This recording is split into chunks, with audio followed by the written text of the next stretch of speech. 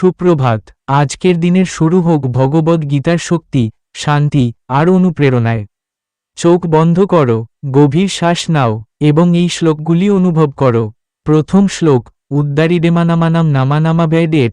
নিজেকেই নিজের শক্তি করে তুলতে হবে, নিজেকেই তুলে ধরতে হবে। আজ ভোরের আলোয় নিজের ভিতরের শক্তিকে জাগিয়ে তোলো। তুমি তোমার নিজের জীবনের নায়ক। প্রতিদিন নিজেকে একটু করে উন্নত করো। দ্বিতীয় শ্লোক, কার্মানি ভেডিয়েইচিকারাস্ট মা ফলেষু কদাচন। তোমার অধিকার শুধু তোমার কাজে, ফল ঈশ্বরের হাতে। আজ তুমি তোমার সেরাটা দাও আর ফলকে ছেড়ে দাও ভাগ্যের ওপর। যত কম ফলের চিন্তা করবে, তত বেশি মুক্তি পাবে। তৃতীয় শ্লোক, নাহি কাশ্চিৎসানাম্যাপি জটু থিষ্টটিয়া কর্মাক্রাট। এই জগতে কেউই এক মুহূর্তও নিষ্ক্রিয় থাকতে পারে না। অ্যাকশানই শক্তি।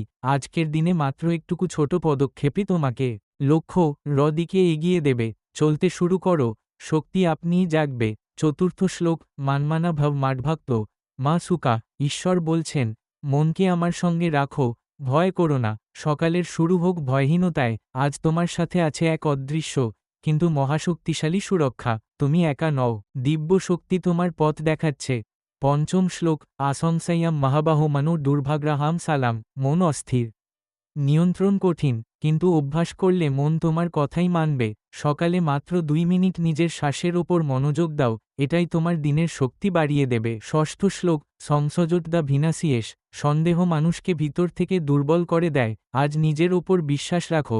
বিশ্বাস হলো সেই শক্তি যা অসম্ভবকে সম্ভব করে তোলে। সপ্তম শ্লোক, ইউগাক্সেমাম ভাহামিয়াহাম। যারা ভক্তিভাবে ঈশ্বরকে স্মরণ করে, ঈশ্বর নিজেই তাদের রক্ষা করেন, তাদের যত্ন নেন, তাদের প্রয়োজন পূরণ করেন। তুমি আজ সুরক্ষিত, তোমার উপর এক অদৃশ্য করুণা কাজ করছে।